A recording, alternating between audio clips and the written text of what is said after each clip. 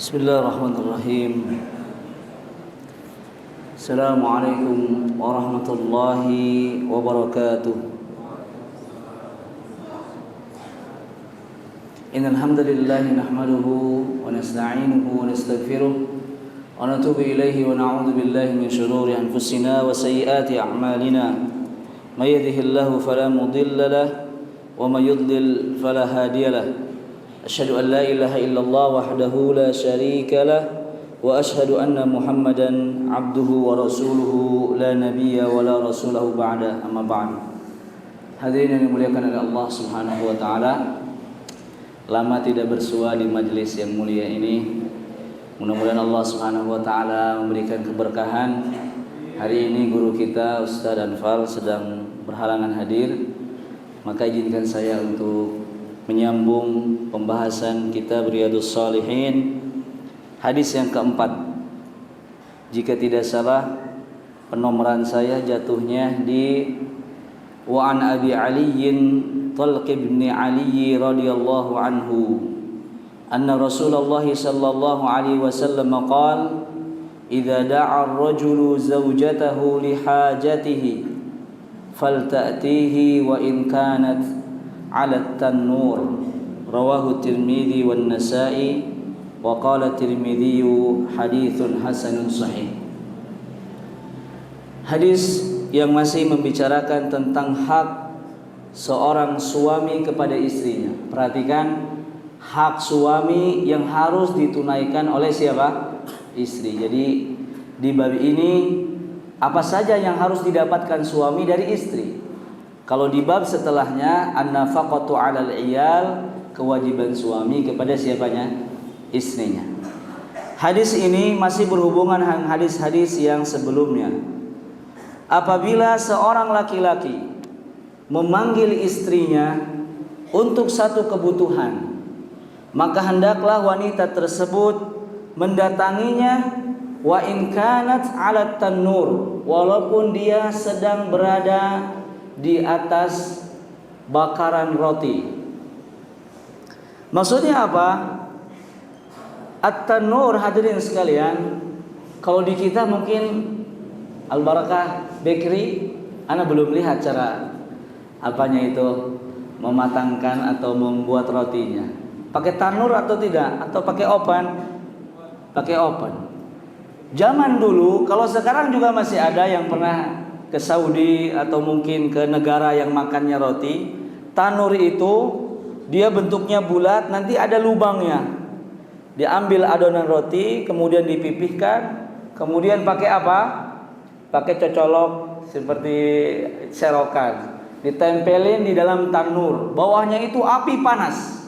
Kemudian ditutup, nanti roti-roti itu akan mengembang. Roti tamis, roti apa lagi, baru ditambil, ditarik, sudah jadi roti.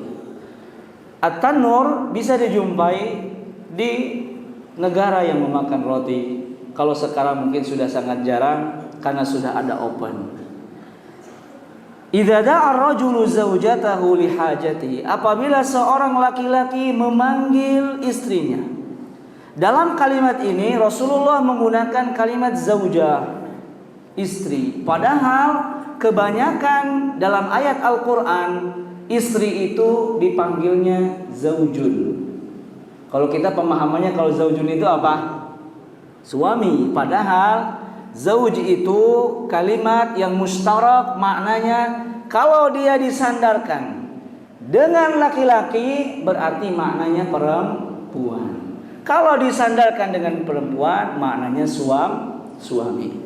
Dahulu saya pernah membaca sebuah artikel bukti sebuah kebodohan para akademisi liberalisme yang mengatakan bahwa Adam itu menikah dengan laki-laki berdasarkan dalil surat Al-Baqarah, ukhruj anta wa zaujukal jannah, turunlah engkau dan suamimu dari surga. Karena zaujun, katanya bahasa Arab istri itu zaujatun.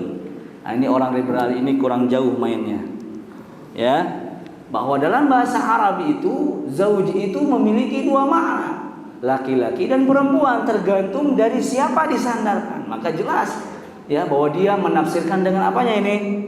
Dengan logikanya. Ya, yang dimaksud wa zaujukal jannah di situ zaujnya siapa? Hawa. Tapi di dalam hadis ini Rasulullah SAW menggunakan kalimat zaujah.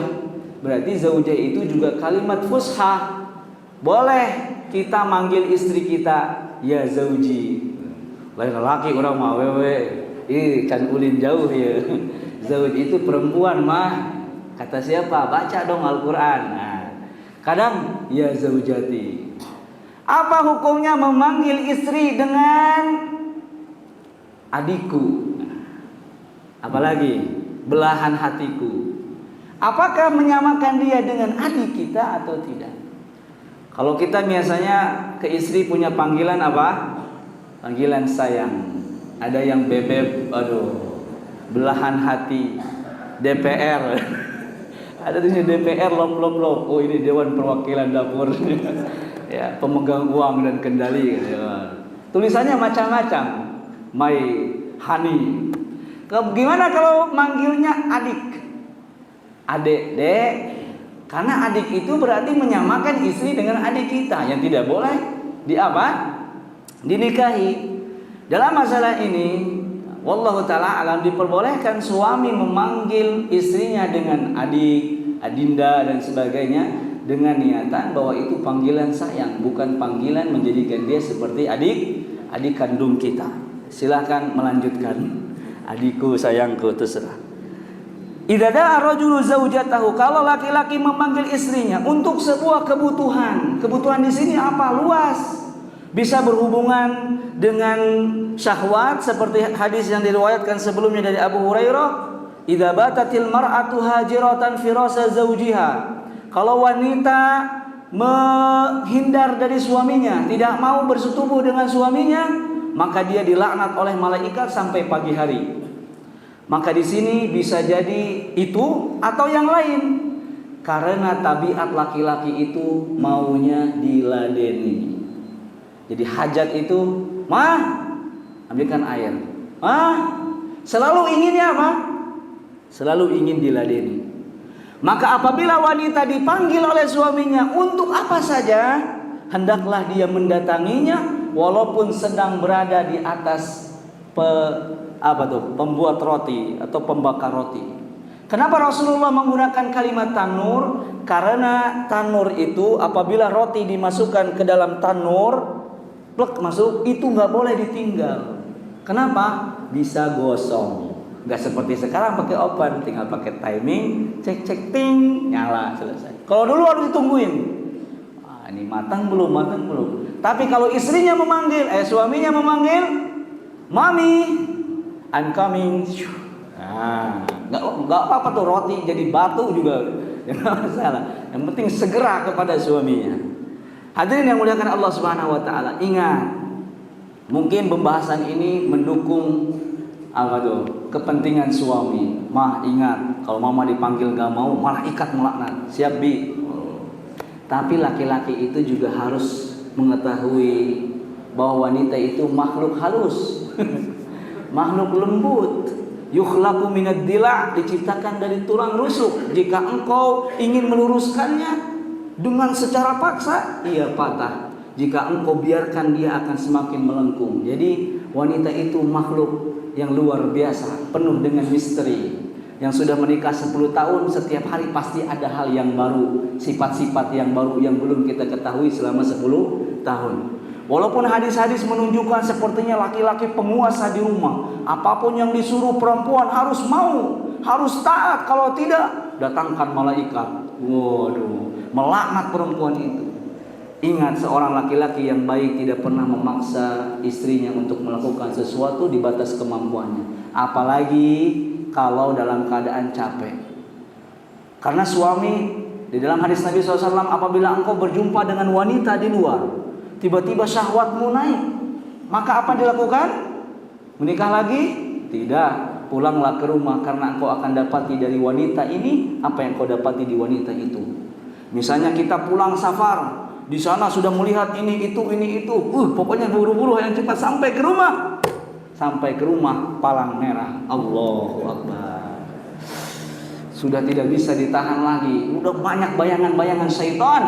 Maka harus di sini ditegakkan hukum syariat, tidak boleh laki-laki mendatangi wanita dalam keadaan haid. Ya, cabak-cabak aja Ustaz, boleh kalau dicabak-cabak aja. Tapi kalau berhubungan tidak boleh. Harus sabar. Kalau tidak, buka cabang kedua. Iya. Faidah cabang keduanya juga palang merah, cabang yang ketiga, cabang yang keempat. Harus bersabar. Yang kedua, kita menemukan wanita di luar mungkin cantik, kemudian kita terpesona. Pulang ke rumah, istri kita sudah capek ngurusin anak, empat-empatnya nangis, sakit, cucian masih numpuk, babalatak di imah. Jangan egois, gak mau tahu, pokoknya kamu milik saya. Jangan, harus paham, oh capek.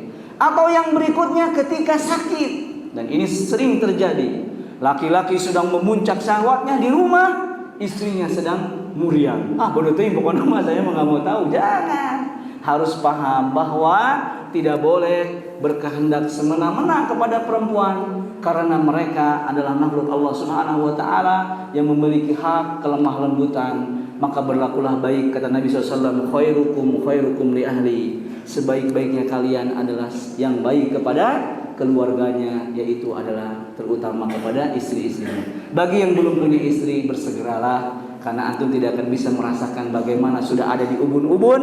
Fa idza hiya, palang merah, bersabarlah. Tahajud, sholat, zikir, udah sampai subuh, lupakan itu semua. Tunggu sampai punya kemampuan buka cabang, ya. Kalau tidak punya, cukup satu. Yang penting kita semua bisa menjaga diri kita dari segala kemaksiatan. Mudah-mudahan kita dianugerahkan wanita yang solihah, keturunan yang solih dan solihah, dan dijadikan sebagai suami-suami yang senantiasa menegakkan ibadah kepada Allah Subhanahu wa taala, membawa nahkoda rumah tangga menuju ridho Allah Azza wa Jalla. Subhanakallahumma wa bihamdika, asyhadu an la ilaha illa anta, astaghfiruka wa atubu ilaik. Assalamualaikum warahmatullahi wabarakatuh.